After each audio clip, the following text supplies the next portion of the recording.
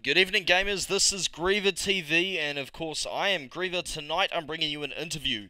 That's right, I have STI and Tony from the Sydney Games League and ozfortress right here, and we're going to talk about some Highlander. What is up, STI? G'day, mate. It's good to be here. Thank you very much. Good. And Tony, how you doing, bud? Not too badly. Going well. Good to see the season coming to an end. Good games. Good to see it coming to an end. I thought you wouldn't be wanting it to finish. That means we can get another one underway. Oh, well, this is true. This is good stuff. Right, so I got a question, first of all, for both of you. Where did this come from? Because I'm not actually familiar with the history. Like, I mean, I know you guys are hooked up with Sydney Games League and stuff, but where did the Highlander thing come from? It basically began as a pipe dream, I suppose, as a bit of a promotional tool to get Gaming Sydney off the ground, which ultimately we did it in other ways. But yeah, it sort of began as a bit of a talk between Million and myself, and it evolved into talking with other people, and I think we tested the waters mainly to find out whether the ability to run a Highlander League in Australia would be a viable option. And well, I've always been a big supporter of Highlander, and that was what sort of propelled me to take this I won't call it a project, but this on basically. Yeah, no, I'm sure the polls haven't come in yet, but there's probably been fewer people playing other classes in TF2 Pug as well. So it's been really good. Tony, so like, where did you fit into this, dude? Where did you come on? I know you've done a lot of work this season. Like, tell me about how this has all come along with you. Well, I guess playing with Million and STI a bit with the past GC, I basically offered to give him a hand where I could. Yeah. And of course, from what I understand, you've ended up running much of a league. So, like, well, obviously you guys got it off the ground. How did ozfortress fit into this? Did you just see the massive player base and go, if we work with this, we can apply this. This could be really good? The competitive platform of ozfortress was ideal for us to get an assistance from. We probably wouldn't have been able to get a footing with a Highlander League had we not sounded out WM for assistance. Yep. Also, just the player base that was there already, bringing more teams in, expanding the whole league in general was probably the best move. Yeah, well, I suppose with any competition, any new competition, at least to a certain, a certain area or demographic, you really do have to, get the word out there and try and find a good player base. So it's good you've done that, and of course, as regards to, excuse my phone in the background, and of course in regards to like servers and stuff like that, obviously that's probably been quite helpful to you guys. But this season, how was it run in your eyes? How has this been the raging success you wanted it to be? Has it been more than you thought? It was always going to be, we weren't sure what was going to happen. We just came in with no expectations of how it would end up. As long as it didn't die in a flaming pile. Look, we really, I suppose we all budgeted for, 12 teams. To get 25 registrations was, to me, a roaring success. Then to run through with high name teams such as Immunity, Aliasing, Frey, and other names like put together teams like AgD, Ewizel Gaming, Dim Sim Space Cakes, and of course my own team, which wasn't put together in Occupied. We got a fairly good base of established teams, and then to add to that teams that have never played competitive before in their life was a real godsend for us. Yeah, and I mean, this brings us to something I've really been wondering about. Those lower level teams, and I say lower level from an ozfortress and a competitive aspect, obviously, I mean, you know what I generally focus on. How did they find being exposed to these high level players? I know you had multiple divisions, but, like, was it actually an enjoyable experience for them, getting to play with, players like that? That was ultimately the whole idea behind the lower bracket after having the group stages. Because with the group stages, we obviously wanted to have the higher level teams playing the higher level teams afterwards in the elimination round. It made the initial group stages kind of divided, and the lower level teams were just getting smashed right off the mark. So I suppose we did have a few complaints. We had teams drop out purely because of disorganization of the lower teams. But I mean, when the lower bracket came around, I think teams were much happier that they were versing people and actually having close and enjoyable matches.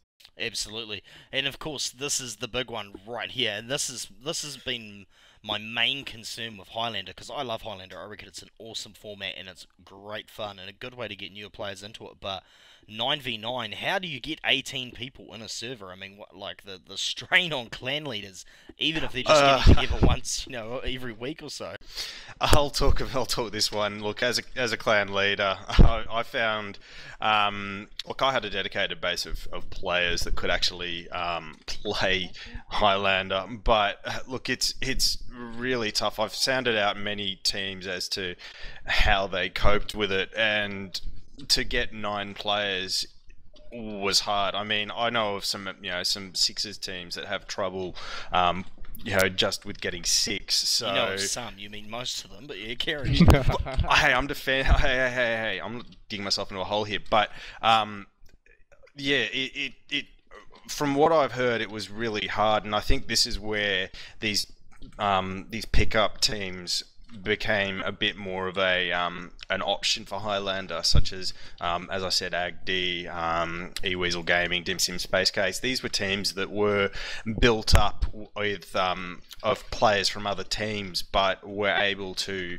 they'd field 12 or 14 players, and as a result would have enough to put together a 9 team as a result.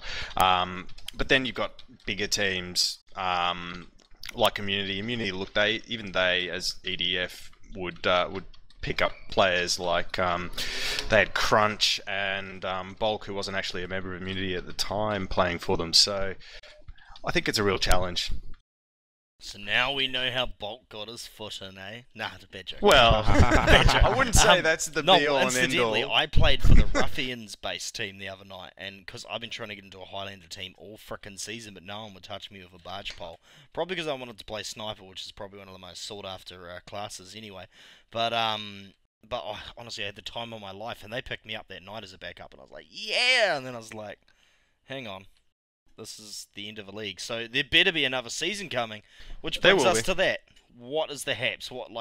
Honestly, I know we're just wrapping up the finals, but look, we're obviously we're still wrapping up the finals, and our 7's just begun, so there will be a little bit of a hiatus.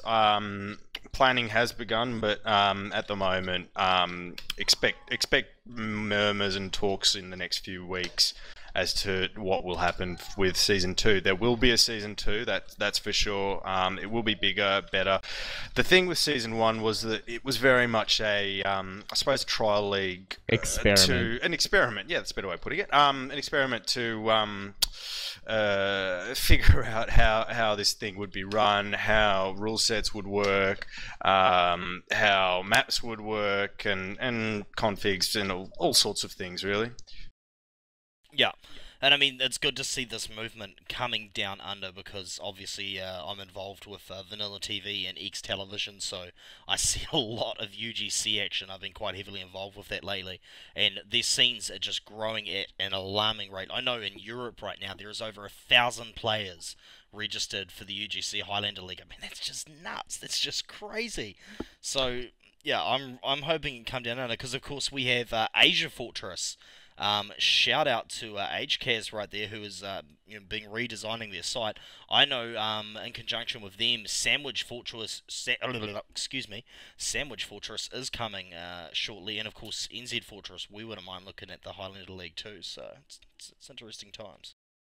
Well, just to chime in, I have been actually talking to Bubble Bobbler from the UGC as one of the admins, and look, he's been sounding me out for how we've been running it, how it's been going, and general bits and pieces. So look, there's a lot of collaboration between the international leagues going on. We sounded out Ashcan to begin with, who was a massive help.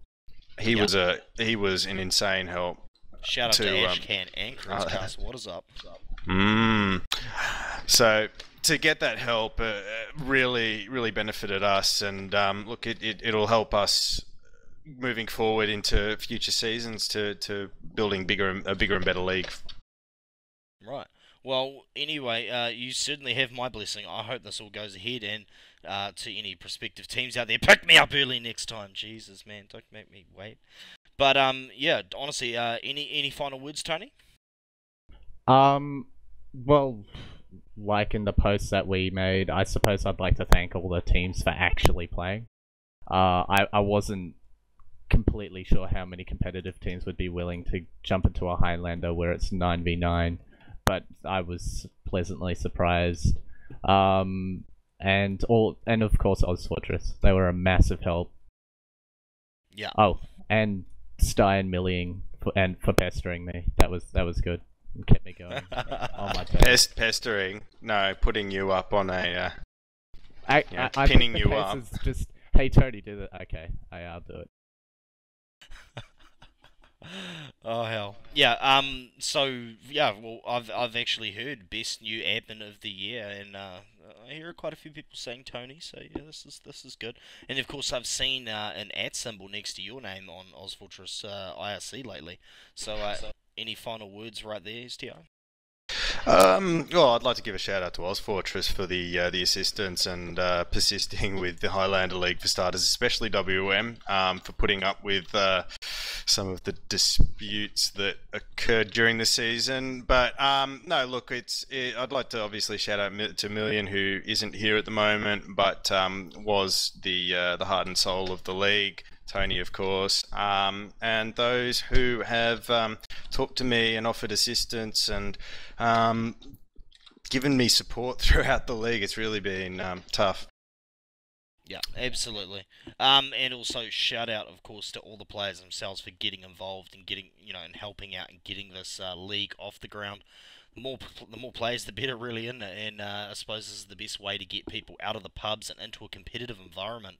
I'm sure a few teams got a rude awakening.